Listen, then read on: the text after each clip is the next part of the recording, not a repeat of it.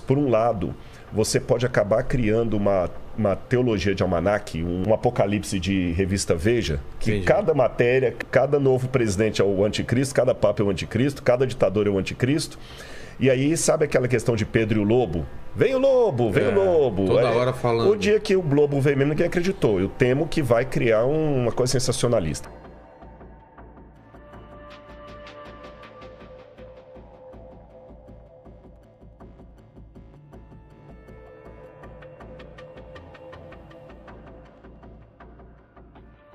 Voltando a essa visão mais alarmista, que essa guerra é um dos sinais, também para piorar ainda veio pós-pandemia, mas em pandemia e guerra, muita gente falando, olha aí os sinais do final dos tempos, e aí? Até é interessante falar porque na verdade aparece na Bíblia um jogo de palavras dos inimigos, que é a região de Gog e Magog. Certo. No livro de Ezequiel aparece, no livro de Apocalipse também repete. Depois do milênio, o diabo será reunir todas as nações de Gog e Magog. Aí o pessoal faz um artifício entre a palavra Magog como sendo Moscou, sabe? E fala Gog, que vem de Moscou. E Gog ligo com Meseque. Mesec, Magog e Moscou. É forçar Aí bem a barra. força muito e fala que é de lá. Na verdade, a escatologia aqui, para quem não sabe... Eu acho que tem a ver com mascar. O cara mascou alguma coisa. Mascou alguma coisa. O Sayão falou a palavra escatologia aqui para explicar ao pessoal. Na teologia sistemática, nós temos os vários ramos que você dá termos técnicos. Então, quando você estuda, por exemplo, na teologia, a doutrina de Cristo, chama-se cristologia. Tá certo? O que é a cristologia? Se Jesus é Deus, se ele não é Deus, o que é o papel salvífico dele, como é que as naturezas divina e humana comportavam em Jesus, isso é o tema da cristologia. Quando você fala do pecado, hamartiologia, a doutrina do pecado, então são nomes que dão. E entre essas doutrinas tem a doutrina das últimas coisas, que em grego você tem a palavra eschaton, que significa último. Entendi. Então eschaton ou escatologia, a doutrina das últimas coisas. E a escatologia ela é dividida em duas áreas, a escatologia geral e a pessoal. A pessoal é aquela que lida com o que acontece com você depois que você morre. A geral é o fim do mundo, juízo final, volta de Jesus. A escatologia que eu abraço é aquela escatologia mais... que hoje ela não está tão em moda mais, não está mais em voga, que é aquela escatologia que acredita numa volta visível de Jesus, em poder e majestade, etc, etc. Mas a escatologia que está mais comum hoje é uma escatologia que nasceu com Darby, ela é mais recente, que é o dispensacionalismo, né? E o dispensacionalismo ele pegou muita força nos Estados Unidos durante a Guerra Fria, que era amaldiçoar a União Soviética. Na época da Guerra Fria, né? De colocar eles como um demônio. Exatamente, como o eixo vem de lá. E cada vez a coisa foi pegando mais força. Aí vem Tim LaHale, com o famoso livro que virou filme Deixados para Trás. E muitas igrejas acabaram abandonando aquela escatologia mais tradicional, histórica, que é a que eu ainda defendo, não sei qual a opinião do Sayão nesse sentido, e abraçaram essa escatologia mais que vê o Armagedon agora como sendo uma guerra de União Soviética ligada com China, que vem até Israel, que se alia com os Estados Unidos, e o anticristo como sendo um russo. E aí, agora que vê essa questão lá... Foi o estopim para voltar... Exatamente. Os dois extremos, antes de dar a palavra para o Sayão, que eu vejo, eu até admito que tem opiniões diferentes, eu respeito quem discorda de mim, mas os dois extremos são os seguintes. Por um lado, você pode acabar criando uma teologia de almanaque, um apocalipse de revista Veja, que Entendi. cada matéria, cada novo presidente é o anticristo, cada papa é o anticristo, cada ditador é o anticristo.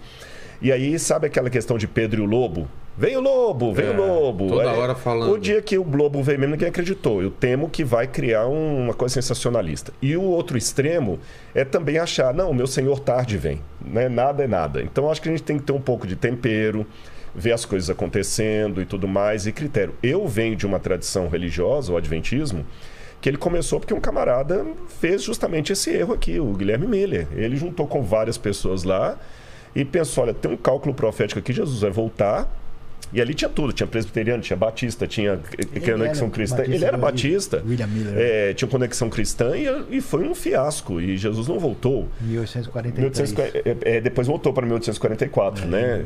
E Jesus não voltou. Então, se tem uma coisa que a gente aprendeu, quem se queima com leite quente assopra até iogurte, é não marcar data para a volta de Jesus, nem indiretamente. É estar preparado para que preparado e desejando que Jesus volte antes de terminar esse podcast. Preparado e desejando que ele volte antes de terminar esse podcast. Mas seguir a minha vida normal como se ele fosse demorar 200 anos. Não sei se eu me expressei bem na minha... Não, sim. Tá pronto, mas sem pressa, sem achar toda hora porque aí cai no ridículo. O exemplo que você deu do João Lobo, eu acho que é meio isso. Toda hora é o apocalipse e ninguém mais vai acreditar quando for realmente. Não, mas, Vilela, olha, acho que daí que vem essa história que Deus é brasileiro, né? Porque ele está sempre atrasado. O pessoal marca e ele não aparece. Exatamente. Né? Mas então, esse tipo de raciocínio, ele peca por uma falta de compreensão. Acho que uma das coisas boas que a gente pode fazer, tanto eu, apesar da gente ser de tradição de fé diferente, né? O Rodrigo é um estudioso sério de arqueologia e história, eu também mexo mais com a parte linguística, é que assim, se você não entende o pano de fundo daquele material que foi escrito, você vai cometer o erro de achar que esse negócio aqui tem a ver com o que você está vendo hoje, entendeu? Vou fazer uma comparação meio doida, é confundir o sucesso do Duran Duran com Tiririca, né? Não rola, a coisa é tão diferente. E aí a pessoa faz a conexão, a ponte direta. E isso não faz sentido porque, por exemplo, quando se fala de Gog e Magog, primeiro a gente não sabe onde é. Pode ser localizado na Armênia, no território da Turquia. Ainda pode ser localizado. Cravou. Não, que lugar é esse? Nem sabemos se é um lugar real ou se é apenas um codinome. É mais provável que seja, mas se quiser achar referência de onde veio esse codinome, esse lugar é alguma área em torno do Mar Negro. Pode dar Ucrânia, pode dar Armênia, pode dar Rússia, pode dar Turquia. No século XVI, quando os turcos tentaram conquistar Viena, você tem um quadro histórico famoso onde aparece eles dizendo Gog e Magog estão presentes. Então os caras já estavam... E sabiam que eram os turcos, porque eram ali. Então, é uma axologia muito forte. Agora, Ezequiel 38, que traz esse texto, ele vai ser retomado no Apocalipse capítulo 20. E o Apocalipse capítulo 20 fala explicitamente Gog e Magog, vírgula, as nações dos 4 cantos da terra. E tem mais. A galera que pensa sobre isso costuma acreditar no milênio, no 1000 anos de paz. Isso. E no Apocalipse 20, isso é depois do milênio. Exatamente. Então, para quem se diz pré-milenista, não estamos nem sinal de milênio agora. Né? E a outra ignorância grande é não entender que muitos textos que a gente chama de textos do fim do mundo está explicando coisa que aconteceu naquele tempo. A gente tem um misto que chama de escatologia inaugurada, realizada, que aconteceu já. Por exemplo, o reino de Deus começa quando? Já começou com a vinda do rei. Exato. Mas ele tem um elemento futuro. Existe o sim e o ainda não, né? O sim e o ainda não. Você tem uma tensão dialética. Assim? É uma expressão teológica, o sim e o ainda não. O sim é que ele já chegou. Ele chegou. Por quê? Porque estabeleceu o reino de Deus. Porque o rei chegou, porque ele chegou vencendo os demônios, chegou curando as pessoas, chegou trazendo a salvação o Espírito Santo e a mudança na vida das pessoas. Mas esse reino está dentro, ainda não dominou, porque a realidade humana, quando ele se concretizar plenamente, é na segunda vinda de Cristo. Entendeu? Então ele já está presente, mas não chegou na plenitude. Aquilo que jaz no maligno está se referindo esse mundo. O mundo jaz no maligno. Porque ele ainda... O que quer dizer isso? Significa que... Porque é o seguinte, nós temos uma questão jurídica na teologia bíblica da salvação. É isso que eu acho legal explicar, né? Porque por mais que Deus é Deus e criou tudo, existem regras, né? E ele não duela com o caráter dele. Deus não duela com o caráter não joga dele. Um Hadouken. Não. E o que acontece? Você sabe que eu não sou advogado, mas eu acho que eu não vou cometer nenhuma sandice no que eu vou dizer. Há coisas que são legais, porém não são morais. Com certeza. Tá certo? Tá. Então, o nazismo que o diga. O nazismo que o diga. Tudo era legal. O diabo nunca teve direito moral sobre o mundo. Mas ele teve direito legal. Porque quando Adão e Eva entraram em rebelião contra Deus, eles passaram para o inimigo de Deus a chave do mundo. E só havia... Estou usando linguagem figurada, claro, né? Claro. E só havia uma forma de o mundo voltar se o sangue fosse derramado. Deus não podia simplesmente falar, acabou, Não. revoguei, volta a ser o que era. Exatamente. Se foi quebrado o pacto, foi quebrado o pacto. Foi quebrado e tinha que ser restabelecido. E o sangue tinha que ser derramado. E Deus falou... Os sacrifícios não resolviam isso? Não. Os sacrifícios de animais? Não, e nem de jeito nenhum. Não, né? De jeito nenhum. Aquele sacrifício de animais era apenas um símbolo. A gente pode até depois entrar na questão da Páscoa, que estamos perto aí. Vamos falar. Apenas um símbolo que o livro de Hebreus vai trabalhar muito bem, falar o seguinte, daquele sacrifício infinitamente superior. Você está entendendo? Tremendamente superior.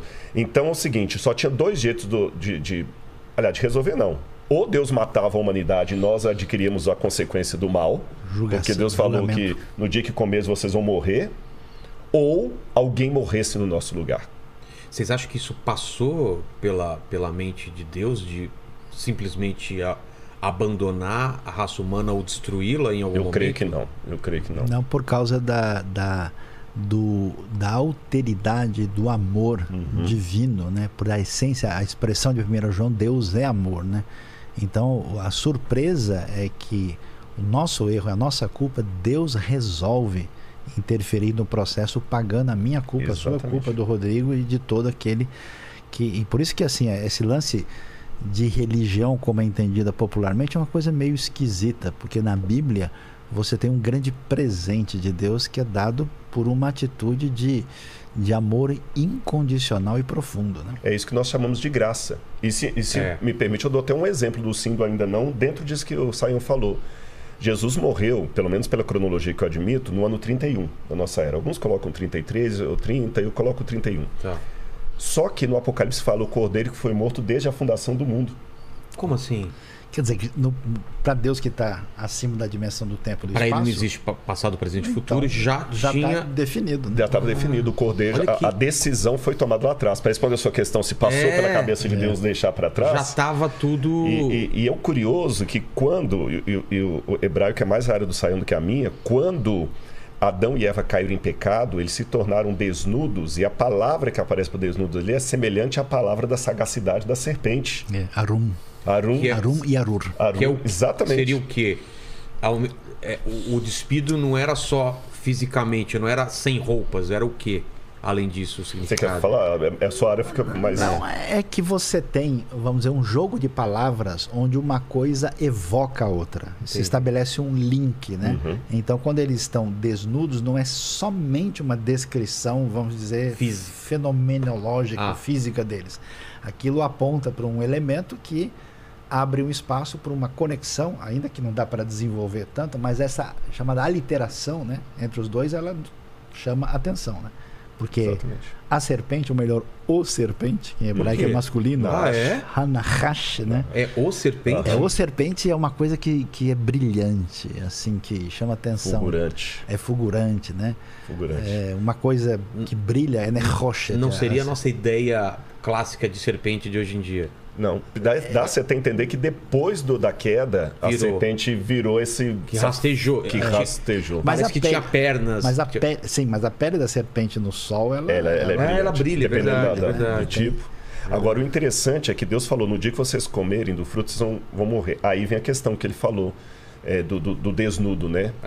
Do Arum. Agora, olha que interessante. Se a gente for colocar assim, é como se antes Adão e Eva estivessem nus. Depois do pecado, ficaram pelados. Eu vou colocar uma distinção entre nu e pelado. Não entendi. O nu parece uma coisa mais... Assim, a gente fala até do nu artístico. O pelado é uma coisa mais feia. Carnal, é vergonhoso. O sujeito ficou pelado. Eles foram largados e pelados. Largados e pelados. Aí, a primeira tentativa de Adão foi resolver o problema por conta própria. Tô pelado. Vou me cobrir. Vamos colocar a diferença de pelado e nu, né? Só para entender o hebraico ali. Vou me cobrir. Fez cintas de figueira, segundo o Gênesis, e cobriu a ele e a mulher. Tecnicamente falando, eles não estavam mais pelados. Só que quando Deus aparece no jardim pela viração do dia e pergunta de onde estás, ele falou, eu me escondi porque eu estava nu. Mas tecnicamente ele não estava nu. Aí a Bíblia fala que Deus fez para eles cintas de pele de animal e os cobriu. E tem um comentarista judeu, o Rashi, que é um dos mais famosos, né? O grande Rashi. Ele diz que Deus ali fez o primeiro sacrifício. É uma coisa que a gente não pode falar explicitamente do texto, mas Abre um caminho para isso. Abre um caminho, porque matar um eu tenho duas opções. Ou Deus criou a pele morta. Acho que não.